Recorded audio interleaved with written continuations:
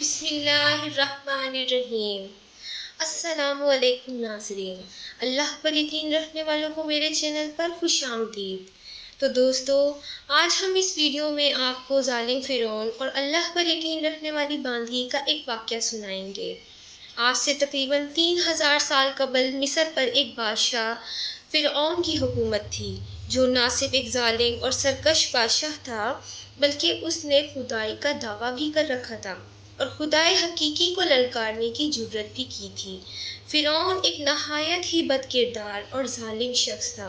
فرعون نے اپنی رعایا کو حکم دیا تھا کہ وہ اس کے آگے سجدہ کرے، اور جو کوئی بھی اس کے آگے سجدہ کرنے سے انکار کرتا وہ اس پر ظلم کے پہاڑ ڈھا دیتا، یہاں تک کہ اسے قتل کروا دیتا۔ اس زمانے میں اللہ تعالیٰ نے اپنے سچے پیغمبر حضرت موسیٰ علیہ السلام کو مبعوث کیا، جنہوں نے بنی اسرائیل کو اسلام کی دعوت دی اور انہیں جھوٹے خدا کی عبادت کرنے سے باز آنے کی ہدایت دی۔ لہذا خود فرعون کے محل میں موجود ایک خاتون نے موسیٰ علیہ السلام کے دین کو قبول کر لیا اور اس لا شریک اللہ پر ایمان لے آئی۔ اس خاتون کا نام مشاطہ تھا، جو فرعون کے محل میں خادمہ تھی۔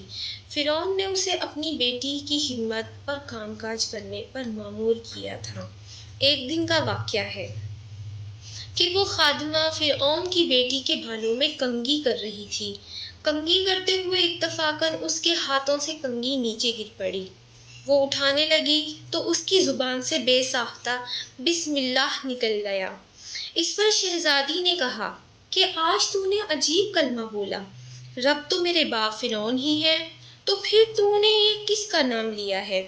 اس پر جواب دیا، فرعون رب نہیں بلکہ رب وہ اللہ ہے جو مجھے اور تجھے اور فرعون کو روزی دیتا ہے۔ شہزادی نے کہا، اچھا تو میرے باپ کے سوا کسی اور کو اپنا رب مانتی ہے؟ خادمہ نے جواب دیا، ہاں، میرا، تیرا اور تیرے باپ کا، سب کا رب اللہ ہی ہے۔ شہزادی نے اس بات کی اطلاع اپنے باپ کو دے دی۔ وہ نہایت ہی غضبناک ہوا اور اس نے اس باندھی کو اپنے دربار میں بلایا۔ جب وہ حاضر ہوئی تو فرعون نے پوچھا، کیا تو نے میرے سوا کسی اور کو اپنا رب مان لیا ہے؟ خادمہ نے صاف کہہ دیا کہ میں تمہیں خدا نہیں مان سکتی، میرا اور تیرا رب اللہ ہی ہے جو بلندیوں اور بزرگی والا ہے۔ جواب سن کر فرعون حیران زدہ رہ گیا، اسے اتنی استقامت اور جرأت بھرے جواب کی امید نہ تھی۔ فرعون نے سوچا کہ اس عورت کو عبرتناک سزا دینی چاہیے کہ اس طرح کی جرأت دوبارہ کسی شخص کو نہ ہو۔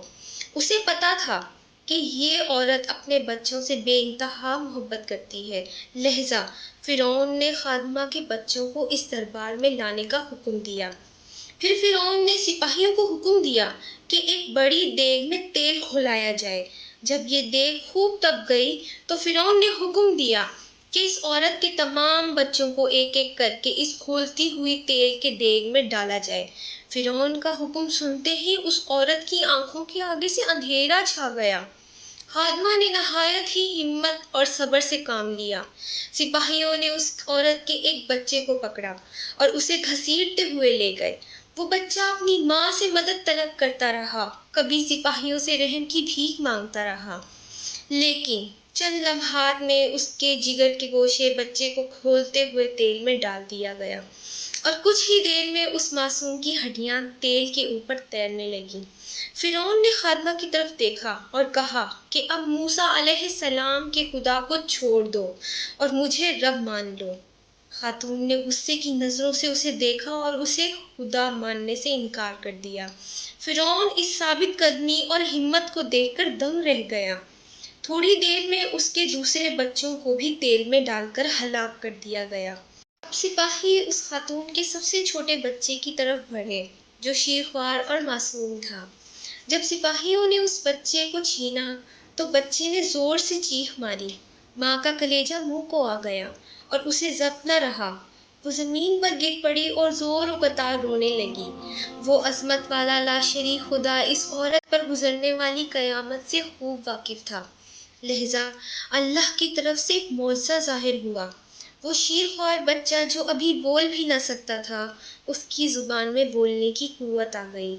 بھری دربار میں بچہ بول اٹھا، اے میری ماں، تو حق پر ہے، بے شک دنیا کی سزا آخرت کے عذاب کے مقابلے میں بہت ہلکی ہے۔ فرعون کے دربار میں موجود لوگ اس بچے کی آواز سن کر حیرت زدہ ہو گئے، لیکن ان کے دلوں پر لگے کفر کے تالے پھر بھی نہ کھلے۔ کچھ ہی دیر میں اس بچے کو بھی پکتے ہوئے تیل میں ڈال دیا گیا اور یہ بے خطا معصوم موت کے آغوش میں چلا گیا۔ اپنے تمام بچوں کو فرعون کے ہاتھوں ظالم کے بھیٹ چڑھتے دیکھ اس خادمہ کا دل پھٹ پڑا تھا۔ اگر وہ چاہتی تو اپنے معصوم بچوں کو اس دردناک موت سے بچا سکتی تھی، اسے صرف ایک کلمہ کفر پڑھنا تھا، مگر یہ فقط جان بچانے کا ایک بہانہ ہوتا۔ مگر اسے یقین تھا کہ اس کے رب کے پاس اس کے لیے جو کچھ ہے وہ اس ختم ہو جانے والی دنیا سے کہیں زیادہ ہے۔ اب سپاہیوں نے اس خادمہ کو پکڑا اور دھکیل کر اس دیگ کے پاس لے گئے۔ خادمہ کے ذہن میں ایک بات آئی، اس نے فرعون کی طرف دیکھ کر کہا، رکو، میری ایک درخواست ہے۔ یہ سن کر فرعون کو کچھ امید پیدا ہوئی۔ فرعون نے کہا، ہاں بتاؤ، کیا خواہش ہے؟ عورت نے کہا، تو میری اور میرے بچوں کی ہڈیوں کو ایک ساتھ جمع کر کے ایک جگہ دفن کر دینا۔ پھر اس نے اپنی آنکھیں بند کر لیں اور اسے بھی دیگ میں پھینک دیا گیا۔ اس واقعے کے 2000 سال بعد آخری نبی حضرت محمد صلی اللہ علیہ وسلم اس دنیا میں تشریف لائے۔ آپ کو ایک رات معراج کے سفر پر لے جایا گیا۔ معراج کی رات حضرت محمد صلی اللہ علیہ وسلم براق پر سوار ہو کر بیت المقدس پہنچے تو آپ صلی اللہ علیہ وسلم کو مصر کی طرف سے ایک خوشبو آنے لگی۔ حضرت محمد صلی اللہ علیہ وسلم نے جبرائیل سے پوچھا، اے جبرائیل، یہ کتنی اچھی خوشبو آ رہی ہے، یہ خوشبو کیسی ہے؟ جبرائیل امین نے عرض کی، یا رسول اللہ، فرعون کی ایک باندھی تھی جس نے ایمان کی خاطر اپنی اور اپنے بچوں کی جانوں کا سودا کیا تھا۔ اس کی اور اس کے بچوں کی ہڈیوں کو جہاں دفن کیا گیا تھا، جس دن انہیں دفن کیا گیا تھا، اس دن سے لے کر آج تک یہ خوشبو آ رہی ہے اور یہ قیامت تک آتی رہے گی۔ تو ناظرین، اس واقعے سے ہمیں بہت بڑا سبق ملتا ہے۔ بے شک ہم بہت خوش قسمت ہیں کہ اللہ نے ہمیں ایمان کی دولت سے نوازا ہے، جس ایمان کو پانے کے لیے لوگوں نے اپنی اور اپنی اولادوں کے لیے جان کے نذرانے پیش کر دیے، جبکہ ہمیں کتنی آسانی سے یہ دین اور ایمان مل گیا۔